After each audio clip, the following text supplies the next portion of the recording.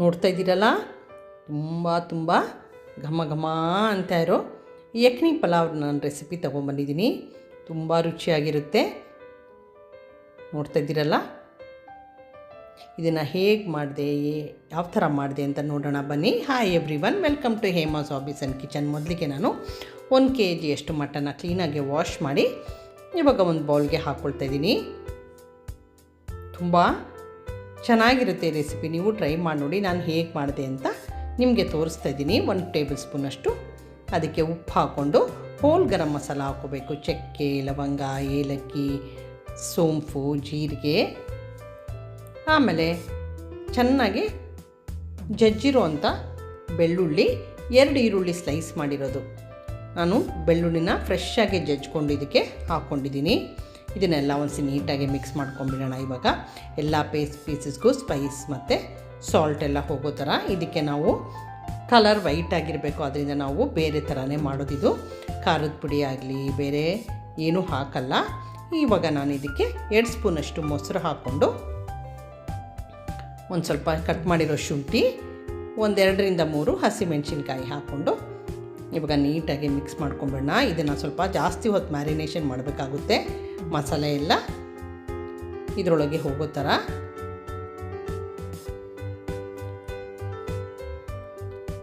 ನೋಡಿ, ನೀಟಾಗಿ ಇವಾಗ ಮಿಕ್ಸ್ ಮಾಡ್ಕೊಂಡ್ಮೇಲೆ ಇದನ್ನು 1 ಗಂಟೆನಾರು ಮಿನಿಮಮ್ ಆಗಿ ನಾವು ಮ್ಯಾರಿನೇಟ್ ಮಾಡ್ಕೋಬೇಕಾಗುತ್ತೆ. ಈಗ 1 ಗಂಟೆ ಆದಮೇಲೆ ನಾನು ಒಂದು ಕುಕ್ಕರ್ನ ಕಾಯಿಸ್ಕೊಂಡಿದ್ದೀನಿ. ಅದಕ್ಕೆ 3 ಸ್ಪೂನಷ್ಟು ಎಣ್ಣೆ ಹಾಕ್ಕೊಂಡು ಚಕ್ಕೆ, ಸ್ಟಾರ್ ಅನೀಸು, 1 ಪಲಾವ್ ಎಲೆ ಮತ್ತು ಜೀರಾ ಹಾಕ್ಕೊಂಡು ಇದನ್ನು ಫ್ರೈ ಮಾಡ್ಕೊಂಡ್ಮೇಲೆ ಒಂದು ಅರ್ಧದಷ್ಟು ಈರುಳ್ಳಿ ಹಾಕ್ಕೊಂಡು ಇದು ಸ್ಲೈಸ್ ಮಾಡಿರೋದು ಹಾಕ್ಕೊಂಡು ಇದನ್ನು ಫ್ರೈ ಮಾಡ್ಕೊತಾ ಇದ್ದೀನಿ. ಈರುಳ್ಳಿನ ಜಾಸ್ತಿ ಫ್ರೈ ಮಾಡ್ಕೋಬಾರ್ದು, ಸ್ವಲ್ಪ ಲೈಟಾಗಿ ಬ್ರೌನ್ ಕಲರ್ ಬಂದರೆ ಸಾಕು. ಆಮೇಲೆ ಇವಾಗ ಮ್ಯಾರಿನೇಷನ್ ಮಾಡಿರೋದು ಮಟನ್ ಇದೆಲ್ಲ ಅದನ್ನು ಇದಕ್ಕೆ ಹಾಕ್ಕೋಬೇಕಾಗುತ್ತೆ. ಯಾರೆಲ್ಲ ನೋಡ್ತಾ ಇದ್ದೀರೋ ಕಂಪ್ಲೀಟಾಗೆ ಎಲ್ಲೂ ಸ್ಕಿಪ್ ಮಾಡ್ದಲ್ಲೇ ವಿಡಿಯೋ ವಾಚ್ ಮಾಡಿ, ತುಂಬ ಚೆನ್ನಾಗಿರುತ್ತೆ. ಇವಾಗ ಅದನ್ನು ಮಟನ್ ಎಲ್ಲ ಹಾಕಿದ್ಮೇಲೆ ನೀಟಾಗಿ ಇದನ್ನು ಚೆನ್ನಾಗೇ ಇರೋ ಎಣ್ಣೆಯಲ್ಲಿ ಚೆನ್ನಾಗಿ ಫ್ರೈ ಮಾಡ್ಕೊಂಬಿಡೋಣ ಮಟನನ್ನು. ತುಂಬ ಫ್ಲೇವರ್ಫುಲ್ ಆಗಿರೋ ಯಖ್ನಿ ಪಲಾವ್ ರೆಸಿಪಿ ಇದು, ನೀವು ಟ್ರೈ ಮಾಡಿ ನೋಡಿ. ಇದನ್ನು ಚೆನ್ನಾಗಿ ಒಂದು 8ರಿಂದ 10 ನಿಮಿಷ ಚೆನ್ನಾಗಿ ಇದನ್ನು ಇದೇ ಎಣ್ಣೆಯಲ್ಲಿ ಚೆನ್ನಾಗಿ ಫ್ರೈ ಮಾಡ್ಕೋಬೇಕಾಗುತ್ತೆ ಮಟನ್ನ. ನೋಡಿ, ಕಲರ್ ಕೂಡ ಈಗ ಚೇಂಜ್ ಆಗಿದೆ. ಅದಾದಮೇಲೆ 1 ಸ್ಪೂನಷ್ಟು ಉಪ್ಪು ಮತ್ತು ನಾನೊಂದು ಸ್ವಲ್ಪ ಕೊತ್ತಂಬರಿದು ಕಡ್ಡಿ ಇರುತ್ತಲ್ಲ ಅದನ್ನು ಹಾಕ್ಕೊಳ್ತಾ ಇದ್ದೀನಿ. ಕೊತ್ತಂಬರಿ ಸೊಪ್ಪು ಹಾಕ್ಕೊಳ್ತಾ ಇಲ್ಲ, ಬರೀ ಕಡ್ಡಿನ ತಗೊಂಡು ಫ್ಲೇವರ್ಗೋಸ್ಕರ ಇದನ್ನು ಹಾಕ್ಕೊಂಡು ಮಿಕ್ಸ್ ಮಾಡಿಕೊಂಡು ಇದನ್ನು ಒಂದು 10 ನಿಮಿಷ ನೀರೇನೂ ಹಾಕ್ದಲೇ ಅದೇ ಥರ ಬೇಯಿಸ್ಕೊತಾ ಇದ್ದೀನಿ. ಅಷ್ಟರಲ್ಲಿ ನಾನು ಒಂದು ಬೌಲ್ಗೆ 3 ಕಪ್ಪಷ್ಟು ಬಾಸ್ಮತಿ ರೈಸ್ ತೊಗೊಂಡಿದ್ದೀನಿ. ಅದನ್ನು ತೊಗೊಂಡು ಒಂದು ಸತಿ ಚೆನ್ನಾಗಿ ವಾಶ್ ಮಾಡಿ ನೆನೆಸಿಟ್ಕೋತಾ ಇದ್ದೀನಿ.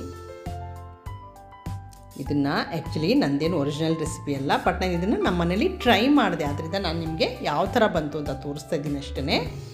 ಇವಾಗ ನೋಡಿ, ಈ ಥರ ಆಗಿದೆ. ಇದು ಒಂದು 10 ನಿಮಿಷ ಆದಮೇಲೆ ಮುಂಚೆ ನಾನು ಬೆಂದಿದೆಯಾ ಅಂತ ಟೆಸ್ಟ್ ಮಾಡ್ಕೋತಾ ಇದ್ದೀನಿ. ಇನ್ನೊಂದು ಸ್ವಲ್ಪ ಬೇಯಬೇಕು.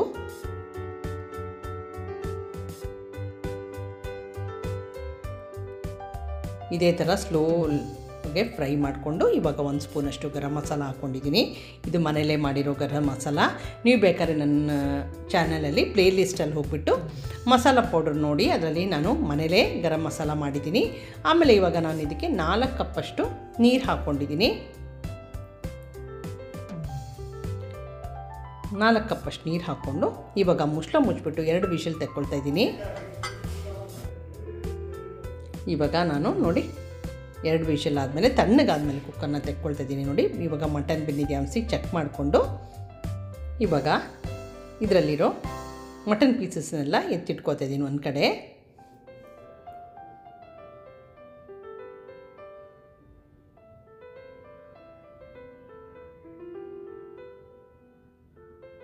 ಇದು ಯಖ್ನಿ ಬಿರಿಯಾನಿ ಕಾಶ್ಮೀರ್ ಸೈಡಿಂದು ಸ್ಪೆಷಲ್. ಇದು ತುಂಬ ಚೆನ್ನಾಗಿರುತ್ತೆ. ಆಮೇಲೆ ಇವಾಗ ನಾನು ಇದನ್ನು ನೀರನ್ನು ಶೋಧಿಸ್ಕೋತಾ ಇದ್ದೀನಿ, ಸ್ಪೈಸಸ್ ಎಲ್ಲ ತೆಗೆದುಬಿಡ್ತಾ ಇದ್ದೀನಿ. ಆಮೇಲೆ ನೋಡಿ, ಸ್ವಲ್ಪ ಈ ಥರ ನಾನೊಂದು ಸ್ಪೂನ್ ಸಹಾಯದಿಂದ ಈ ಥರ ಮ್ಯಾಶ್ ಮಾಡ್ಕೋತಾ ಇದ್ದೀನಿ. ಏನಾದ್ರು ಎಲ್ಲ ಸ್ಪೈಸಸ್ ಎಲ್ಲ ಫ್ಲೇವರ್ ಎಲ್ಲ ಚೆನ್ನಾಗಿ ನೀರೊಳಗೆ ಹೋಗಲಿ ಅಂತ ನಾನು ಆ ನೀರನ್ನೇ ಮುಂದೆ ಯೂಸ್ ಮಾಡ್ತೀನಿ ಪಲಾವ್ ಮಾಡಬೇಕಾದ್ರೆ. ನೋಡಿ ಇವಾಗ ಮಟನ್ ಮತ್ತು ನೀರನ್ನು ಸೆಪ್ರೇಟ್ ಮಾಡಿ ಎತ್ತಿಟ್ಕೊಂಡಿದ್ದೀನಿ. ಇವಾಗ ನಾನು ಒಂದು ಕುಕ್ಕರ್ನ ಕಾಯಿಸ್ಕೊಂಡು ಅಥವಾ ದಪ್ಪ ತಳ ಇರೋ ಯಾವ್ದಾದ್ರು ಪಾತ್ರೆ ತಗೊಳ್ಳಿ, ಅದಕ್ಕೆ 2 ಸ್ಪೂನಷ್ಟು ತುಪ್ಪ ಹಾಕ್ಕೊಂಡು ಈಗ ನಾವು ಬೇಯಿಸಿಟ್ಕೊಂಡಿರೋ ಮಟನ್ ಪೀಸಸ್ ಇದೆಯಲ್ಲ ಅದನ್ನು ಹಾಕ್ಕೋಬೇಕಾಗುತ್ತೆ. ಚೆನ್ನಾಗಿ ಇದರಲ್ಲಿ ಫ್ರೈ ಮಾಡ್ಕೊಳ್ಳಿ. ಇವಾಗ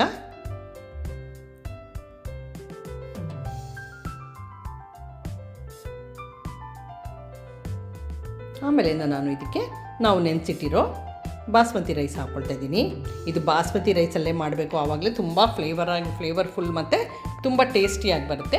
ಬಾಸ್ಮತಿ ರೈಸೆಲ್ಲ ಒಂದ್ಸತಿ ಹಾಕ್ಕೊಂಡು ನೀಟಾಗಿ ಮಿಕ್ಸ್ ಮಾಡ್ಕೊಂಬಿಡೋಣ. ಇವಾಗ ಯಾರೆಲ್ಲ ನೋಡ್ತಾಯಿದ್ರು ಇಷ್ಟ ಆಗಿದೆ ಲೈಕ್ ಮಾಡಿ, ಕಾಮೆಂಟ್ ಮಾಡಿ, ಶೇರ್ ಮಾಡಿ, subscribe to Hema's hobbies and kitchen. ಆಮೇಲೆ ನಾವು ಇವಾಗ ತೆಗೆದಿಟ್ಕೊಂಡಿದ್ವಲ್ಲ ಸ್ಟ್ರೈನ್ ಮಾಡ್ಕೊಂಡಿರೋ ನೀರು ಅದನ್ನು ಹಾಕ್ಕೊಂಡು ನೀಟಾಗಿ ಮಿಕ್ಸ್ ಮಾಡ್ಕೋಬೇಕು. ನಿಮ್ಗೆ ಏನಾದ್ರು ನೀರು ಕಡಿಮೆ ಅನಿಸಿದ್ರೆ ಇನ್ನೊಂದು ಸ್ವಲ್ಪ ನೀರು ಹಾಕ್ಕೋಬೋದು. ನಾನು ಮೆಷರ್ ಮಾಡಿ ತೊಗೊಂಡಿದ್ದೆ, ಆದ್ದರಿಂದ ಅದು ಹಾಗೇ ಇದೆ. ಆಮೇಲೆ ಮುಚ್ಚಿಬಿಟ್ಟು ಒಂದು 10 ನಿಮಿಷ ನೋಡಿ ಇದನ್ನು ಚೆನ್ನಾಗಿ ಹೈ ಫ್ಲೇಮಲ್ಲಿ ಕುದಿಸ್ಕೋಬೇಕಾಗುತ್ತೆ. 10 ನಿಮಿಷ ಆದಮೇಲೆ ನೋಡಿ ಈ ಥರ ಆಗಿದೆ. ಆಲ್ಮೋಸ್ಟ್ ನೀರು ಕಡಿಮೆ ಆಗಿದೆ. ಇನ್ನೊಂದು ಸ್ವಲ್ಪ ನಾವು ನೀರು ಕಡಿಮೆ ಆಗೋಕ್ಕೆ ಒಂದು ಸ್ವಲ್ಪ ಹೊತ್ತು ಬಿಡೋಣ.